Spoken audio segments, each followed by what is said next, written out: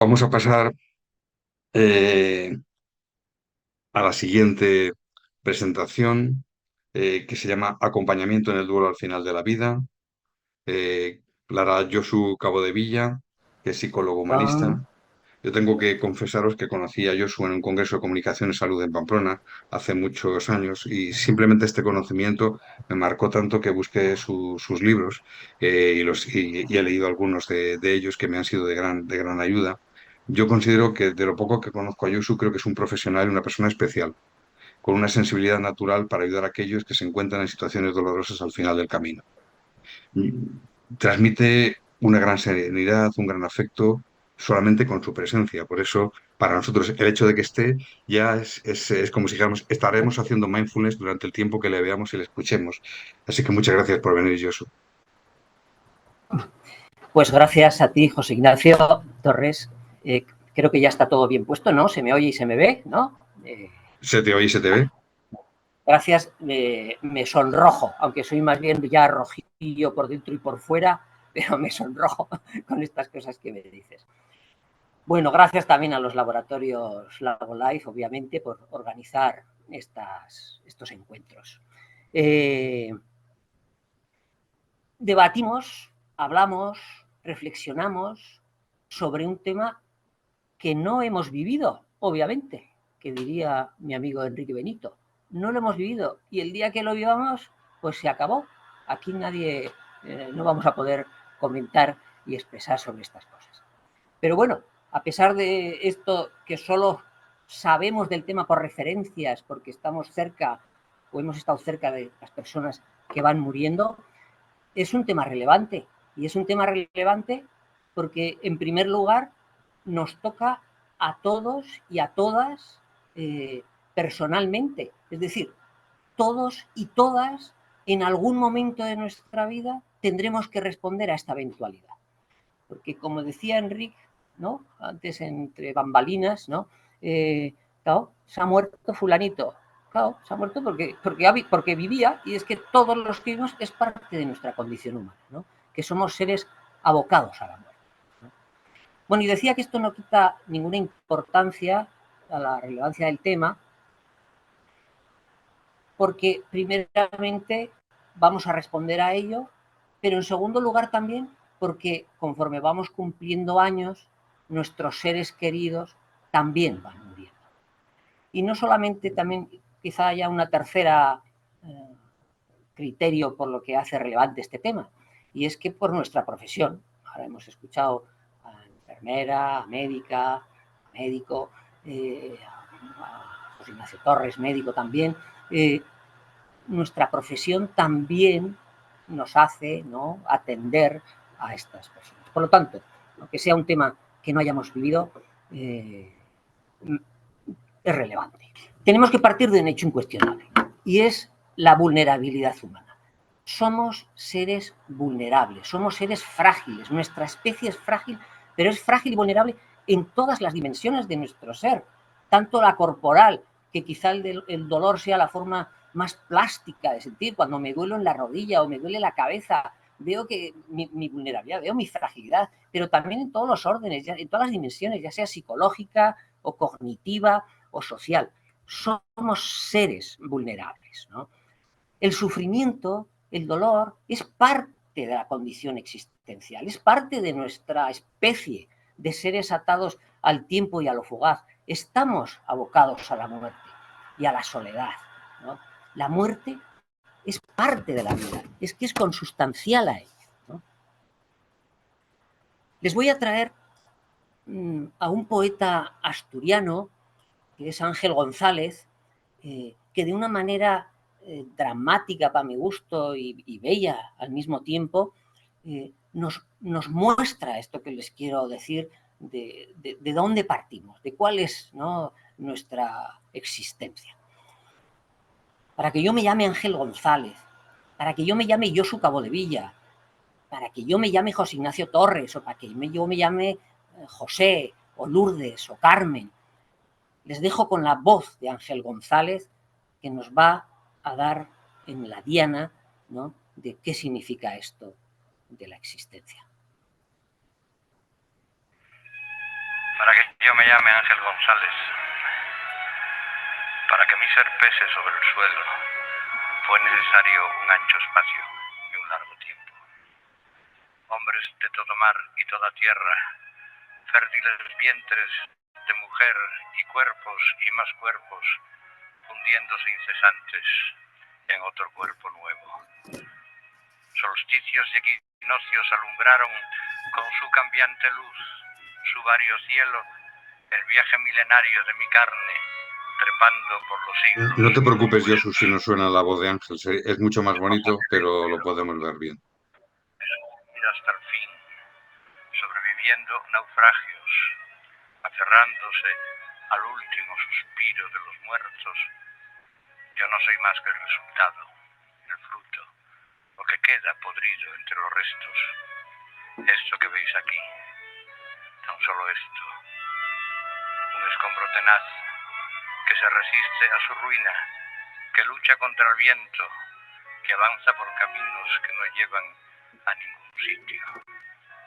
El éxito de todos los fracasos, la enloquecida fuerza del desaliento. ¿Pero qué sabemos de la muerte? Nos podríamos preguntar. Pues no sabemos tanto, la verdad, ignoramos bastante lo que es la muerte. En todo caso, podemos saber algo cuando una persona está muerta y también ahí con ciertas dudas, ¿no? Sobre todo con esto de los trasplantes de órganos, ¿no? Cuando hay una parada cardiorrespiratoria o cuando hay muerte cerebral. ¿Cuándo es realmente la persona está muerta? Pero, ¿qué significa la muerte? Gloria Fuertes, de una manera mucho más dulce y amorosa, quizá, y amable, nos habla de una manera poética, nos dice que lo que más me enerva es que estamos de paso y aún así, como necios nos comportamos. Y no acariciamos bastante atardeceres, cuerpos, risas, manos, muslos, senos, hombros, brazos. No acariciamos bastante la vida, el vaso, sabiendo que estamos de paso. Y ahora ya me tendría que callar, porque entre mis antecesores, entre Lara, Elía, tú mismo, José Ignacio, Enrique, y lo que nos ha dicho Ángel González y Gloria Fuertes, es que yo ya no tengo más que añadir, es que ya está todo dicho, y además está todo dicho mucho más bello de lo que yo lo podría decir. Pero como me he preparado y me pagan por esto, pues si no les importa, pues les voy a compartir lo que he preparado para todos ustedes. Hay serias dificultades para integrar la muerte en este siglo XXI que nos toca vivir. Yo no sé en el siglo XIX. Antes, también fuera de bambalinas, decía Enrique Benito que nosotros somos del siglo XX y no del XXI. Bueno, él sigue siendo del XXI, yo me queda un poco obsoleto. Pero sigue habiendo muchas dificultades. Sigue siendo un tabú. No se habla habitualmente de este tema. Hay un aislamiento social, hay una negación de este hecho tan obvio y tan inevitable y que todos responderemos.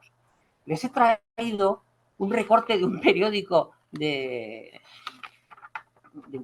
la prensa local de aquí, de Navarra, que es de donde yo les hablo, en el que un semanal que vino sobre el tema de la salud decía lo siguiente: una actitud más, lo voy a leer, una actitud más positiva para vivir más años. Un estudio de la Universidad de Harvard revela que mantener una actitud optimista durante la vejez puede ayudar a alargar la vida y tener una vida saludable. Los resultados reflejaron que las personas más contentas tenían un 43% menos de probabilidades de morir. Ahí lo dejo, ahí lo saben. Como estén contentos ustedes, tienen un 43% menos de posibilidades de morir. Bueno, las dificultades no solamente son culturales, es que también son interpersonales. No hablamos, pero no hablamos de esto ni tan siquiera con quien lo está vivenciando de cerca. Hay dificultades también intrapsíquicas, internas, con una misma, con uno mismo. Nuestros vacíos, ¿no? Nuestras sombras que dicen en algunas orientaciones de la psicología. Y también, obviamente, hay dificultades en los profesionales sanitarios que quizá no han recibido la formación, ¿no? A pesar de todos estos másteres que están ahora, ¿no? Y que entiendo que irá mejorando la cosa. Cuando una persona enferma, obviamente está relacionado con hay una serie de pérdidas y toda pérdida tendrá una serie de duelos, ¿no? Y desde luego cuando enfermamos hay una pérdida del equilibrio somático, del pensamiento habitual, del ritmo normal de la vida. Todo eso cambia, de las referencias cotidianas, de la pérdida de la imagen de sí mismo, de la autoestima, y sobre todo si la enfermedad es grave y amenazante, pues todavía esto va a ser más radical. Y si encima tenemos que ingresar, pues todavía va a haber una serie de pérdidas adicionales, como va a ser la pérdida de la libertad de organización del tiempo. Obviamente, en un hospital está ahí todo organizado. Si a ti te gusta comer a las 2, pues ahí comerás a las 2:30 o a la 1. Si te gusta desayunar a las 9, pues ahí serán a las 8 o a no sé qué hora. También una pérdida del propio ambiente físico, es otra obviedad, ¿no? Estoy ya en otro lugar y es un lugar inhóspito para el paciente. Para nosotros o para los que trabajan en un hospital, pues no es tan inhóspito porque todos los días estamos allí, pero para la persona que ingresa ya no solamente está mal, sino que ese ambiente es un ambiente físico distinto al que está habitual. Hay una pérdida de la privacidad y la intimidad, es obvio.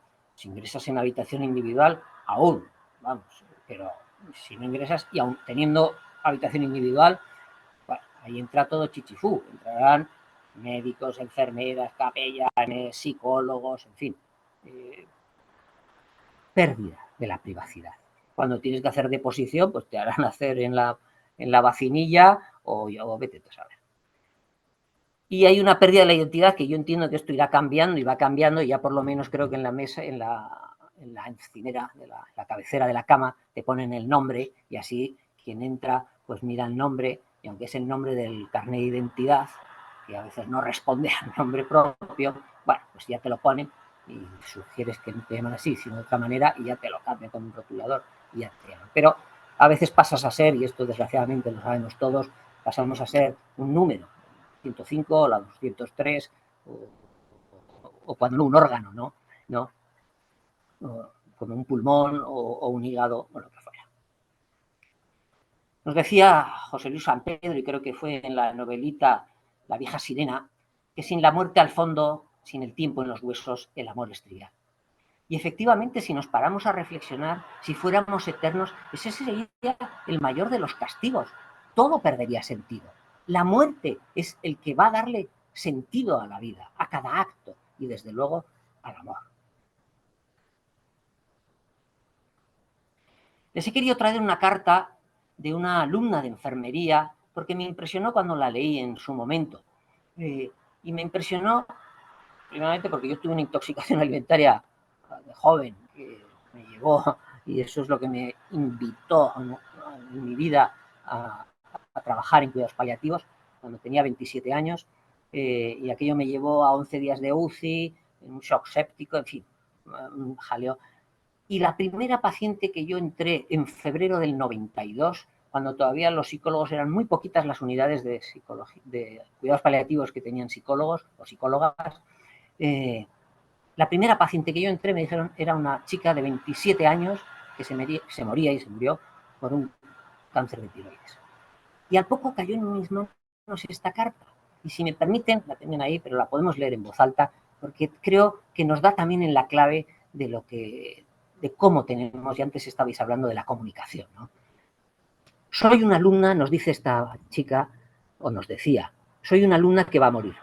Escribo esta carta a todas las que os preparéis para ser enfermeras, con la esperanza de haceros partícipes de lo que yo experimento, a fin de que un día estéis más preparadas para ayudar a los que van a morir. Me quedan todavía de 1 a 6 meses de vida, tal vez un año, pero nadie quiere hablar de esto. Me encuentro por ello ante un mar sólido y frío. El personal no quiere ver al moribundo como persona y, por consiguiente, no puede comunicarse conmigo. Yo soy el símbolo de vuestro miedo. Entráis de puntillas en mi habitación para traerme la medicación y tomarme el pulso, y desaparecéis una vez cumplida vuestra tarea. ¿De qué tenéis miedo? Yo soy la muerte. No huyáis, tened paciencia.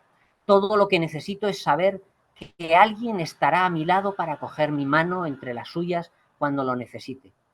Tengo miedo. Quizás estéis cansadas de muertes. Para mí es una novedad. Morir nunca me ha ocurrido. Es, en cierta manera, una ocasión única. Habláis de mi juventud, pero cuando se está a punto de morir no se es tan joven. Hay cosas de las que me gustaría hablar, si nos atreviésemos a reconocer dónde estamos y admitir, vosotras como yo, nuestros miedos. ¿Acaso esto haría menos valiosa vuestra competencia profesional? Podemos acompañar, y yo creo que lo han ido diciendo mis antecesores antes, de muchas maneras. Desde una escucha atenta y empática, desde el tacto, que es la última frontera, ¿no?, del ser biológico de la otra persona, y no el tacto cuando se explora un órgano, el tacto respetuoso, ¿no?, que atiende y que de alguna manera reconoce a la otra persona. Desde el silencio, ¿no?, que hay quien habla de que el silencio es una transfusión de serenidad. Qué poco se nos enseña a acompañar desde el silencio. Desde la ternura, como hay quien apunta que la ternura es el reposo de la pasión.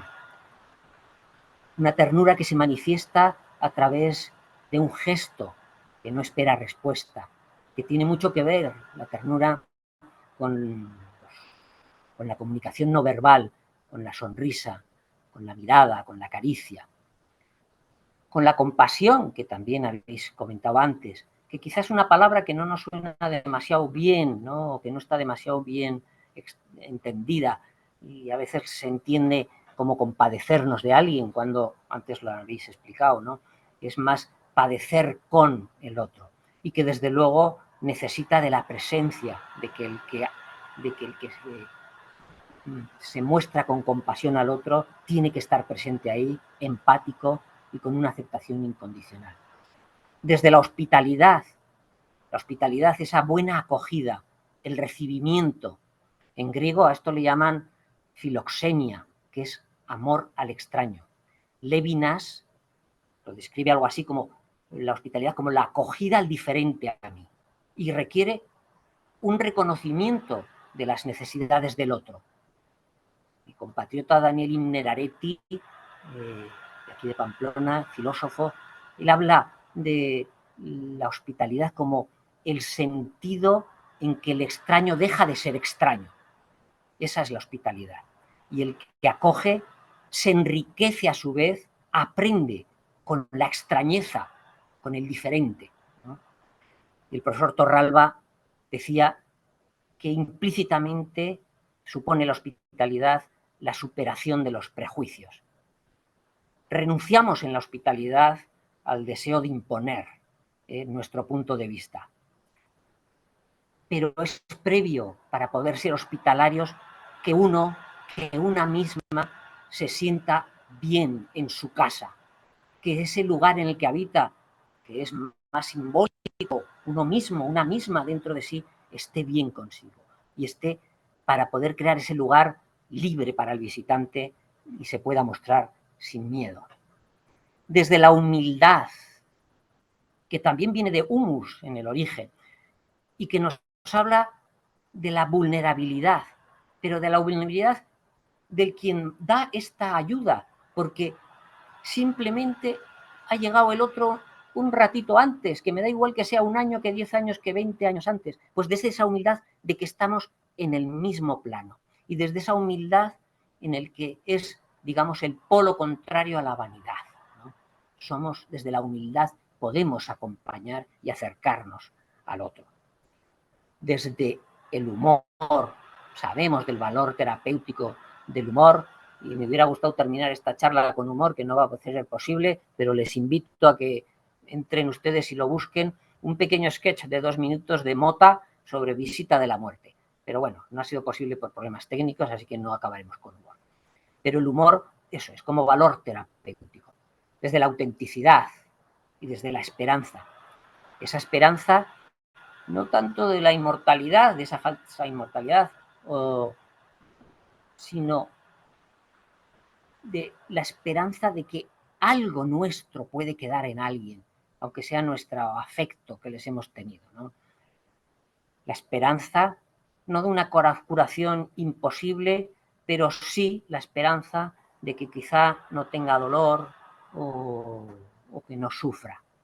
Y quizá en algunos y en algunas la esperanza de que haya un más allá.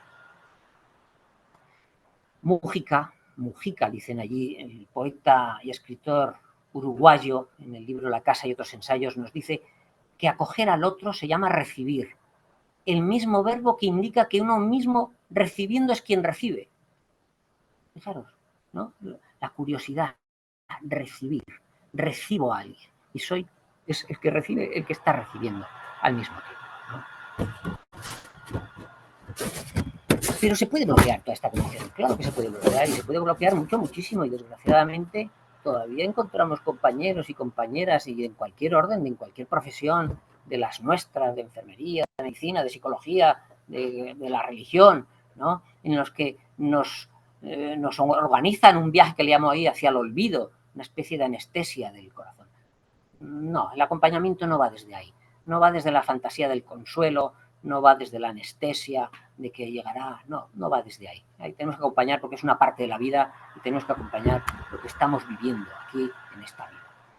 Y desde luego no desde ese acercamiento psicológico también muy mayoritario en mi profesión y en mis colegas, pero que niegan la angustia existencial y que se acercan de manera más superficial. Hay una serie de errores también en el acompañamiento y en la comunicación en medicina, que desgraciadamente, y seguramente ustedes lo habrán podido ver en alguna de sus experiencias, y es pues el profesional que está centrado en sus gustos y juzga en sus gustos y nos habla del este es el paciente pelma, este es el paciente, yo qué sé, el paciente demandante, este es el paciente agresivo. También otro error habitual es interrumpir. En esto también hay estudios y seguramente lo conocerán ustedes. Hay estudios de cuántos segundos hablando el paciente, el usuario de un servicio sanitario, el profesional sanitario le interrumpe. Segundos. El profesional que ofrece soluciones prematuras, ¿no? Yo sé lo que te pasa, ¿no? Te voy a solucionar esto. Ese paternalismo, maternalismo tan extendidísimo, vamos, ¿no? Y que te infantilizan de alguna manera y sobre todo a las personas mayores, bueno, hay que tratarles de otra manera. El profesional tranquilizador, no se preocupe, ¿no? Que rechaza los sentimientos, que rechaza porque de alguna manera también enmascara sus dificultades, ¿no? Que ignora pistas, porque casi todos, o bueno, sí casi todos, pero muchas personas en el final de su vida nos van dando pistas nos van tentando a ver si puedo hablar con esta persona, si me va a atender, ¿no? Y a veces el profesional, bueno, se hace el longuis, la profesional se hace el longuis y aquí no pasa nada y ni me entero. La sobreimplicación, la confluencia, ¿no? También es otro error en la comunicación. Me hago cargo de él y me llevo a mis pacientes, me los llevo a casa, me los llevo por ahí. Esto no puede ser tampoco. La utilización del lenguaje técnico es otra forma enmascarada, ¿no? En los que me impide comunicarme abiertamente. La defensa de la bata blanca, ¿no? Y la tecnología. Debemos resituar la muerte y debemos resituarla como un acontecimiento vital, intenso, probablemente el acontecimiento que más reacciones emocionales produce, que es parte del ciclo vital de la especie humana. Está en nuestro ADN, ¿no? La muerte es parte de la vida, ¿no? Y le confiere, como nos decía José Luis San Pedro, sentido al vivir. Y tenemos que evitar, no es el enemigo a abatir, y evitar el encarnizamiento terapéutico. Marcel Legault, el escritor, nos venía a decir algo así como que todo le será quitado progresivamente al ser humano, hasta su último aliento, hasta la última mirada retenida con la extraña avidez que manifiesta la fijeza del cadáver. Pero al fin, si ha sido fiel a las llamadas de maduración que escuchó, aunque privado de la posesión de cualquier cosa que sintiese como segura en el pasado, le quedará lo esencial de lo que llegó a ser, sin velo y sin sombra. Todo quedará aquí, todo lo que somos. Lo que pueda haber después es que no tenemos ni idea. entre vosotros y yo, entre ustedes y yo, es que no tenemos ni idea. Si queda algún continuo de lo que hemos sido, de lo que hemos pensado, de lo que hemos sentido, de nuestros juicios, de nuestros valores, de nuestros sentimientos y emociones sutiles, pues no tenemos ni idea si quedará. Y la verdad, en este momento de mi vida me preocupa poco. No sé si quedará o no quedará, pero me preocupa poco. Lo que sí sé es que a lo que tenemos que procurar es, como decía ya no solamente Marcel Legout de esta manera un poco más, no sé, brusca, como decía Pablo Neruda, y con esto termino, confesar que he vivido.